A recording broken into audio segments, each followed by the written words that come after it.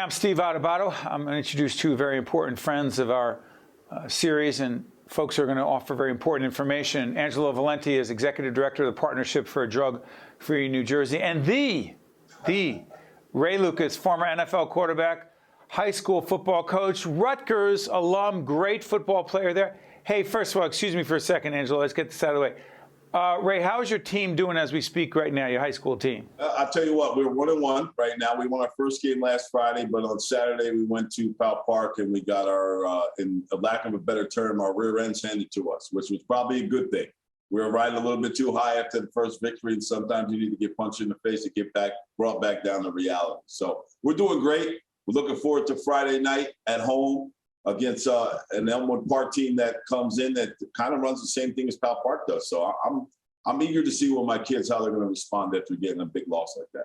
Oh, good. By the way, we're taping on the 28th of September. It'll be seen after. We don't know what Ray's team's record is going to be by then.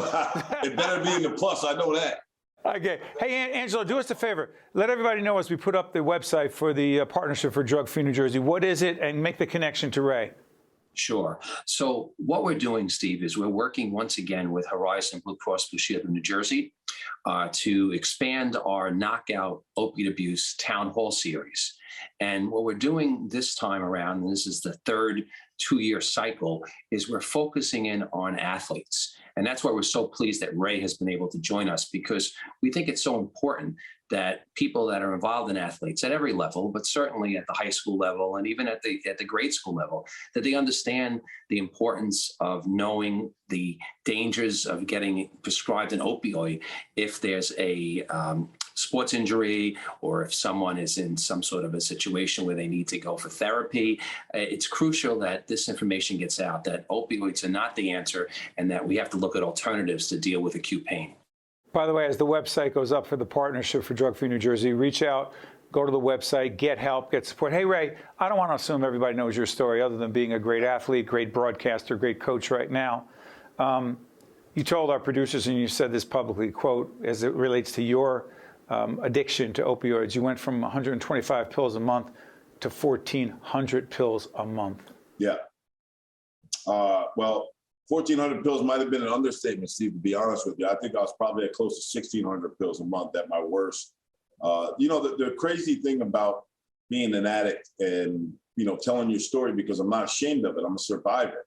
I came through the other side where a lot of people haven't. And, you know, when Knockout Opioid Abuse comes to the table, and I did my format up at Rutgers, and they're doing great works. And the athletes are, I'm not saying, you know, centralized group, because drugs don't care what you do for a living. If you're an athlete or a CEO, it doesn't make a difference. It comes to all classes and it doesn't care about religion, creed, or race.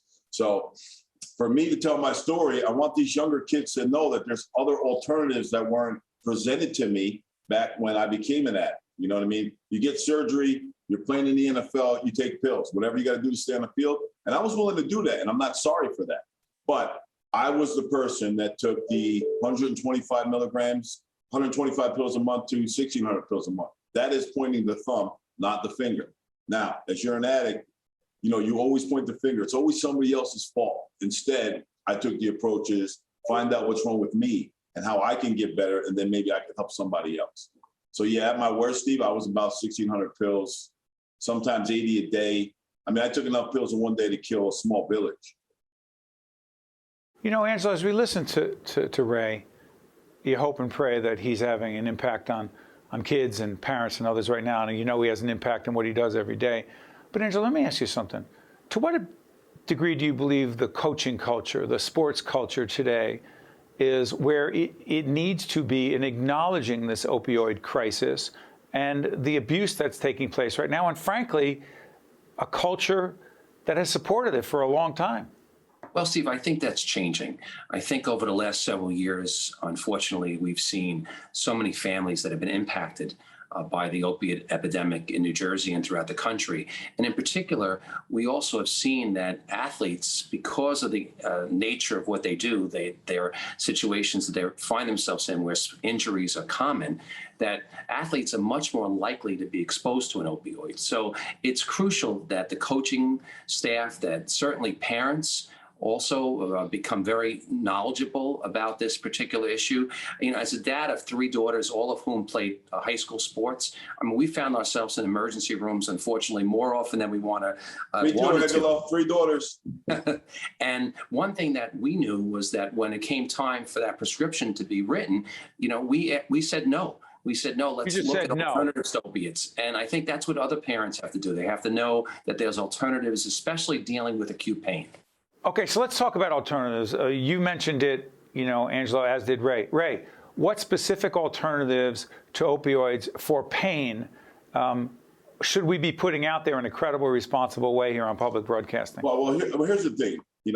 Steve, when you look at this as a whole, right? But after I became clean, and I'm still going to be an addict for the rest of my life, but I had close to probably 14 to 15 surgeries since I was out of rehab. So for 11 and a half years, I had a neck surgery that was about 4 hours. They put a 4-inch steel plate in my neck, screws, 4 screws up and down the plate, and I didn't take the pill. They did put blockers, which I found out after a knee surgery. I had blown my knee out, and they were going to put blockers in. They were like, "Do you want pills?" And I said, duh. You know who I am? Like, I know I can't take anything. And my doctor, Dr. McInerney, said, "All right, Ray, don't worry about anything. We're going to put a nerve block in." Now, the key component to the nerve block is this, Steve. For 24 to 48 hours, you can't feel your leg, but you can't feel the pain either, right? And after that window, you really don't need the pills. You can deal with the pain. You know what I mean? It's just so freely given, and it was sold on such a, you're not going to become addictive to it. This is the miracle drug. Everybody's going to feel great about it. And they were wrong in a big way. I think opioids changed the face of addiction for all our generations to come. I mean, it doesn't care what class, like I said.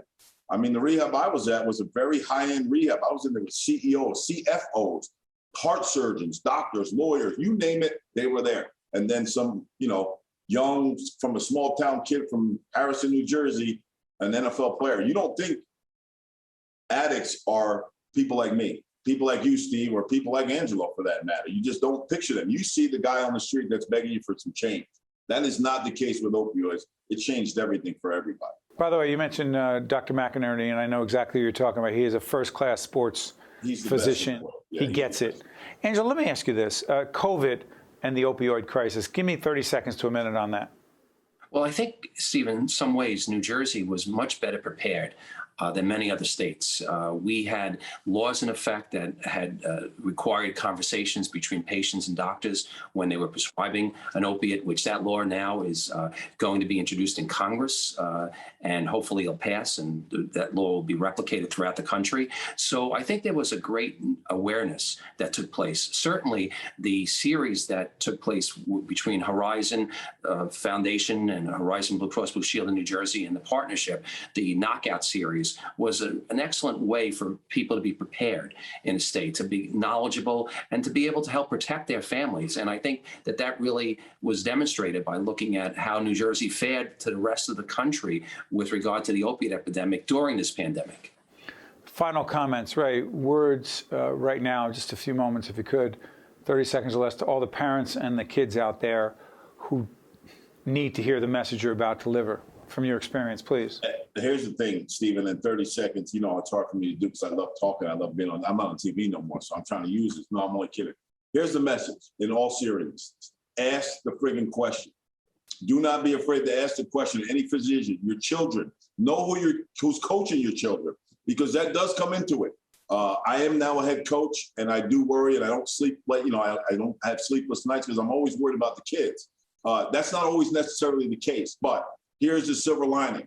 If I can do it, anyone can do it, because I know that these younger minds I was an adult when I became an addict. These are young minds, very impressionable minds. So ask the question, hold the medication, ask the doctor if there's alternative methods so your kids don't have to take the pills, like a nerve block or something like that, and then go from there. And if you need any help, like I said, my life's an open book. I'm not ashamed of anything. I'm a survivor, and that's my word I'm trying to get out to everybody. Hey, Angelo, thank you. And Ray, thank you not only from a Rutgers grad for everything you did for the program and your work with the Jets as a QB and all the work that you've done, and previously on SNY. And just thank you for that. But more importantly, thank you for the work that you're doing every day to fight this opioid addiction crisis. Thank you, Ray. Thank you, Angelo. Thank you. Thanks, Steve. Well done, guys. I'm Steve Adubato. Stay with us. We'll be right back. To watch more State of Affairs with Steve Adubato, find us online and follow us on social media. State of Affairs with Steve Adubato is a production of the Caucus Educational Corporation.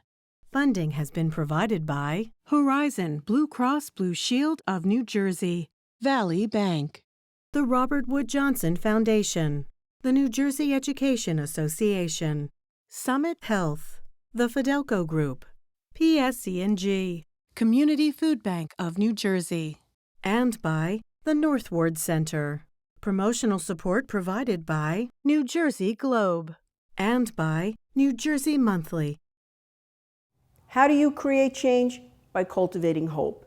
And we see that every day. In the eyes of our preschoolers, in the souls of the seniors in our Adult Day program, in the minds of the students at Robert Treat Academy, a national Blue Ribbon School of Excellence, in the passion of children in our Youth Leadership Development Program, in our commitment to connections at the Center for Autism, and in the heart of our community, the Northward Center, creating opportunities for equity, education, and growth.